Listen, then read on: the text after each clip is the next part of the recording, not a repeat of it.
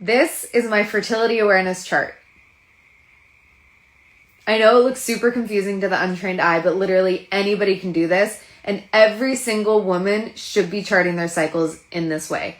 What you can learn about your body and your health from charting your cycles like this is crazy, and it's so valuable. But today we're going to be talking about our basal body temperature and what it can tell us. Your basal body temperature is your lowest temperature taken at rest.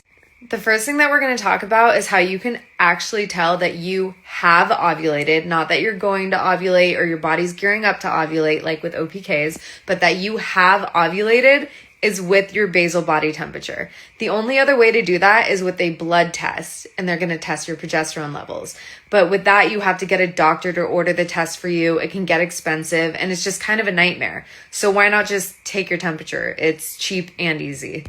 Okay, but how can you possibly tell that from just taking your BBT? So quick little lesson. So when we are in our follicular phase, which is before we ovulate and our body is building the follicles, it has one that it chooses, which is the dominant follicle. And then all these hormones happen, which I will go over at some point later. And then ovulation happens. So when we ovulate, basically that means our little baby egg is released from the dominant follicle.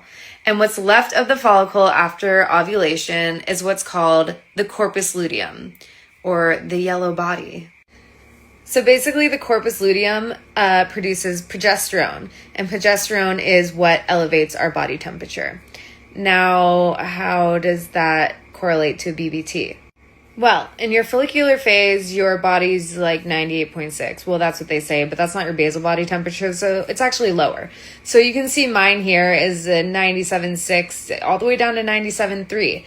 And then once I ovulate, we get this spike. We get a spike in our temperature, and it will stay high until like the day before or about the day that we get our periods. Now, because my temperature has spiked and it stays high, and according to some other rules with the method that I follow, I know that I have ovulated. So I can confirm that my body is ovulating just by taking my basal body temperature. I know about when I ovulated, and I can tell exactly how long my luteal phase is. And there's just so many other things that I can tell from this, and this is just one of them.